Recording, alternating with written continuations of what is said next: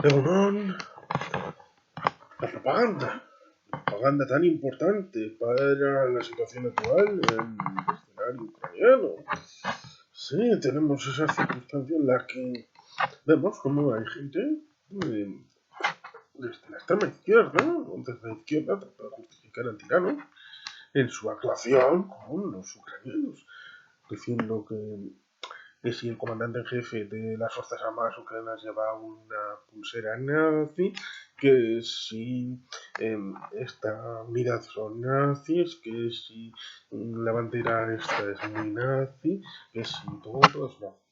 Y todo justificando como pantalla para decir que la invasión es realmente para salvar al pueblo ucraniano, porque están siendo masacrados y hay un genocidio y todo es maravillosamente beneficioso para la humanidad.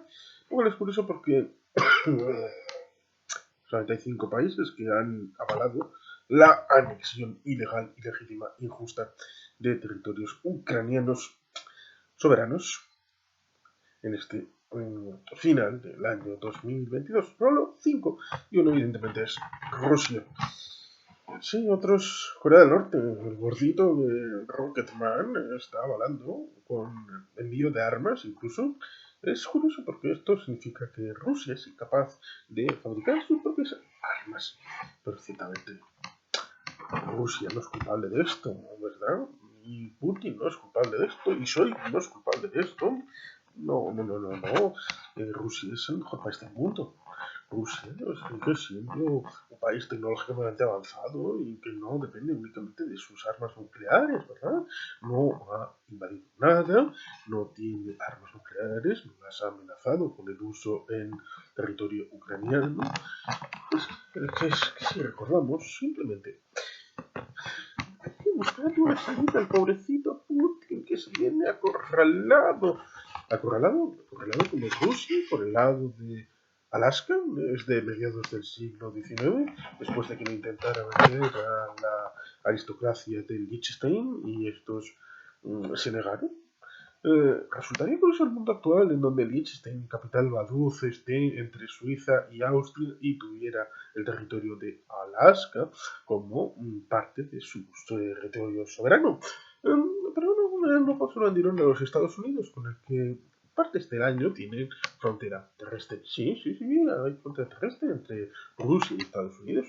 ¿Por qué no pide la desotanización de Estados Unidos en el ámbito de Alaska o la salida completa de Estados Unidos de la OTAN, porque es una amenaza directa territorialmente al Estado ruso? O en el ámbito del deshielo, de un ámbito climático, del ámbito del Atlántico Norte, del Ártico. Podría decir, Canadá es una amenaza territorialmente y colisiona con mis intereses de plataforma continental del Ártico sobre el Polo Norte. Sí, porque Papá Noel no tiene ninguna forma de participar en esto. Lo cual, seguro que muchos niños dirían, sí, Papá Noel es soberano. Pero no pueden participar, no tiene opinión. No pueden permitir que Papá Noel diga cosas. Bueno, pues podrían decir, Canadá es una amenaza territorial y evidentemente destruye las posibilidades de Rusia para ser un país libre. Venga, desháganse de la OTAN, Canadá, neutralícense, sean un país neutral y así podremos convivir en el Ártico. No, está con el ámbito europeo, con el ámbito de los países bálticos, con Ucrania, con el Cáucaso. Es culpa de Rusia es culpable y nosotros no podemos seguir manteniendo el discurso absolutamente vendido por nuestra parte, vendido porque nos hemos vendido, aquel que va en la misma línea donde los europeos son antiguos colonizadores en África, en América Latina y en partes de Asia.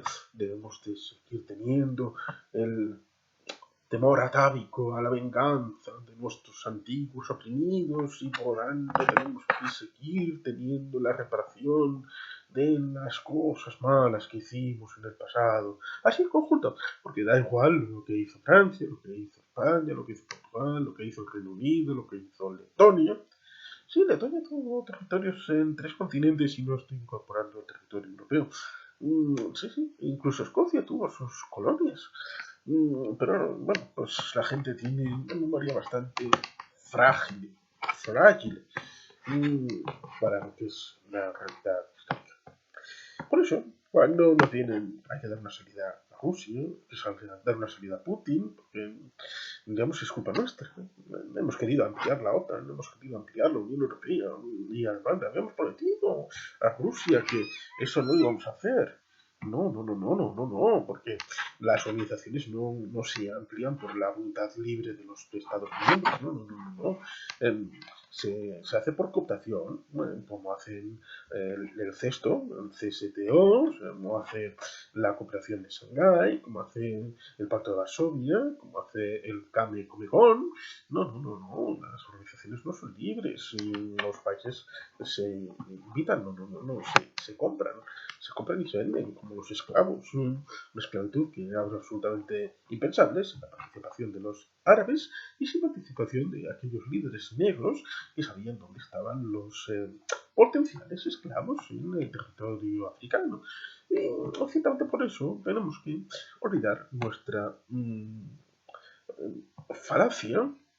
Sí, tenemos que recordar, pero también tenemos que recordar la situación próxima, donde, por ejemplo, Liberia, capitán Monrovia, por el presidente Monroe, no solamente por la doctrina Monroe, sino también por una estirpe de africanos libres en Estados Unidos que fueron a Liberia a establecer una colonia de negros libres, porque ya molestaban en los estados de Estados Unidos, hasta el punto de que esta casta implantada en África, fue la que lideró el país hasta 1980, donde hubo revueltas, inicios de revoluciones en este país africano.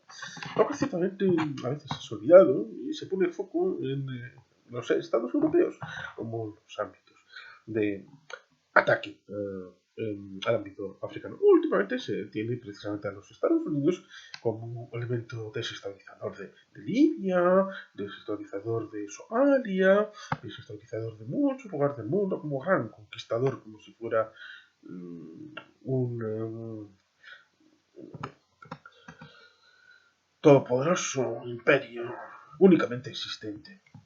Pero, y este pero es importante, nos olvidaremos de los imperialismos, por ejemplo, de Wagner, en el ámbito de Rusia, porque Wagner es fundada por el camarero de Putin, el que lleva el restaurante en el Kremlin de Moscú, y nos estaremos olvidando del imperialismo de China en el ámbito de África. Pero es que más allá, cuando se habla de vamos a dar una salida a Putin y a Rusia, me recuerda ese temor atávico de después de la Primera Guerra Mundial, en donde los países occidentales que habían vencido a Alemania y también a Austria-Hungría, el Imperio Otomano, en el ámbito de la Primera Guerra Mundial, veríamos como,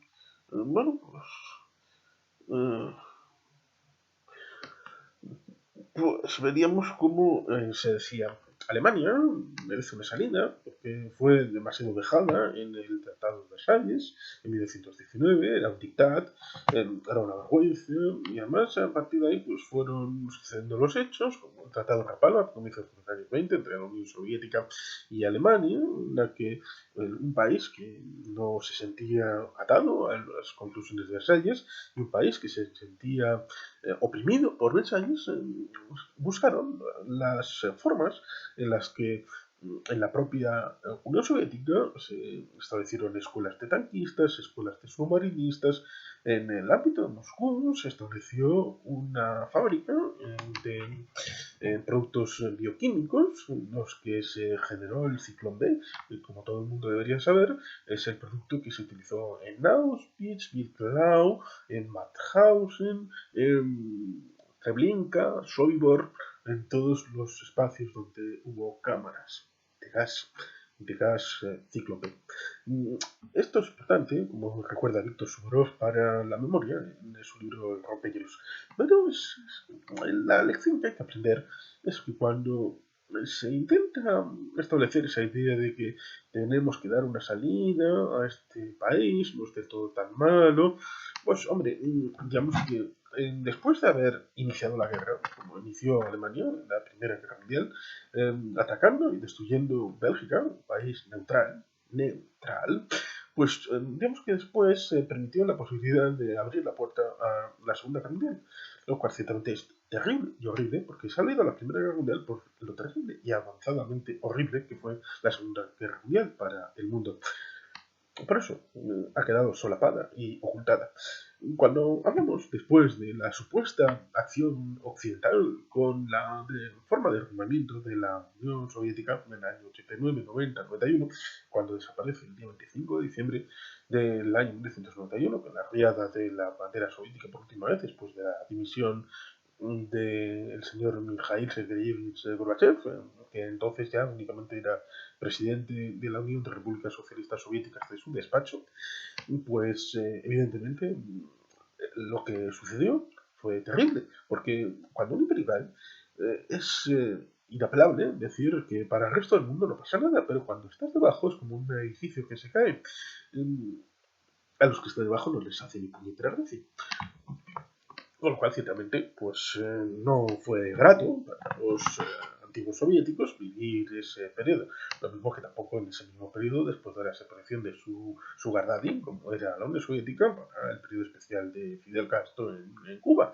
Pero eso no obsta para decir que lo que sucedió en la Federación de Rusia, que fue la primera en independizarse de la Unión Soviética, es algo que se lo hicieron ellos, no fue inducido por Occidente. Se lo habían buscado durante todo el periodo de la Unión de Repúblicas Socialistas Soviéticas con políticas absolutamente negacionistas de la situación climática, como por ejemplo tratar de poner algodón en los países de Asia Central, la mano de obra esclava para construir canales artificiales, la destrucción del Mar de Aral y otros muchos elementos como tapar la medalla de bronce, la tercera en clasificación de los accidentes de tecnología nuclear, como fue en los años 50, cerca de los Montes Urales. Con lo cual, ciertamente, tenemos un montón de elementos que van canalizando una forma de ocultar la realidad, negarla y construir una agradable a las fuerzas en el poder. Por eso, cuando llegan los años 90, la destrucción a través de un capitalismo de amiguetes, una destrucción a través de oligarcas, es cosa completamente de ellos. La asunción de una forma autodestructiva. Lo mismo que en los años 20 Alemania tuvo una forma autodestructiva derivada de los pecados originales de la propia etapa de la Primera Guerra Mundial, con la destitución en 1917 del canciller Bernhard Hollwell por parte de Ludendorff, la cobardía a la hora de no establecerse como dictador, poner a otro como palangana ahí de tapadera, con la connivencia del emperador Kaiser Guillermo.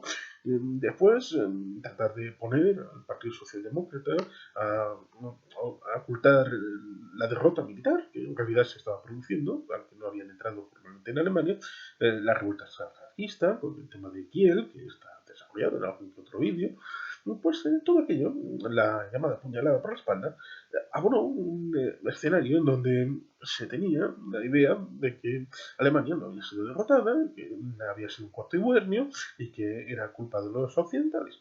Lo cual es curioso porque estaban en queja con los occidentales. ¿Qué van a hacer los occidentales? ¿Por ganar la guerra? Evidentemente. Alemania fue culpable.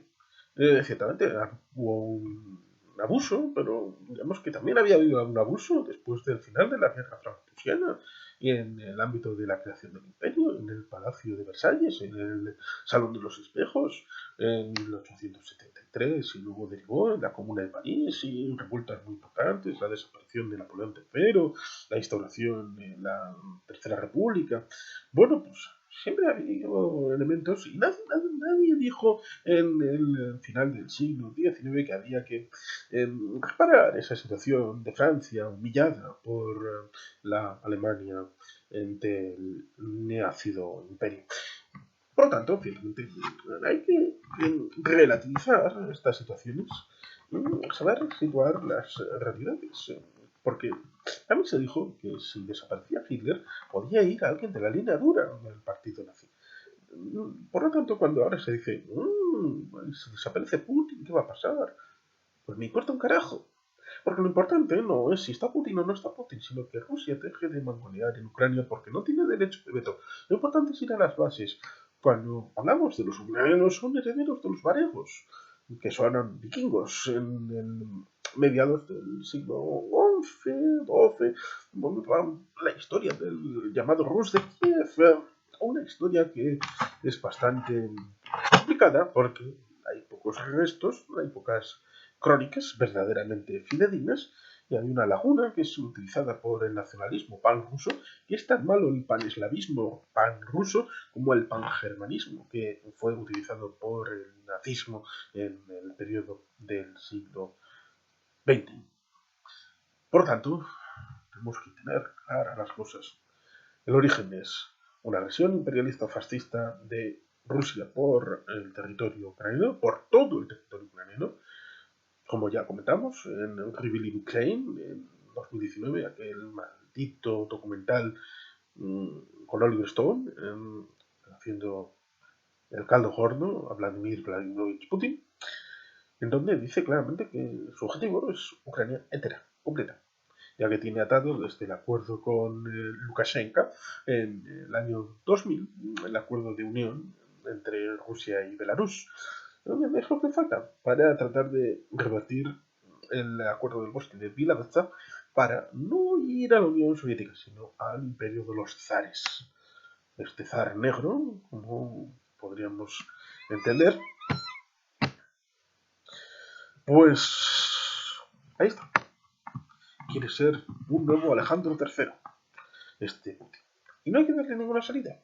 Hay que derrotarle.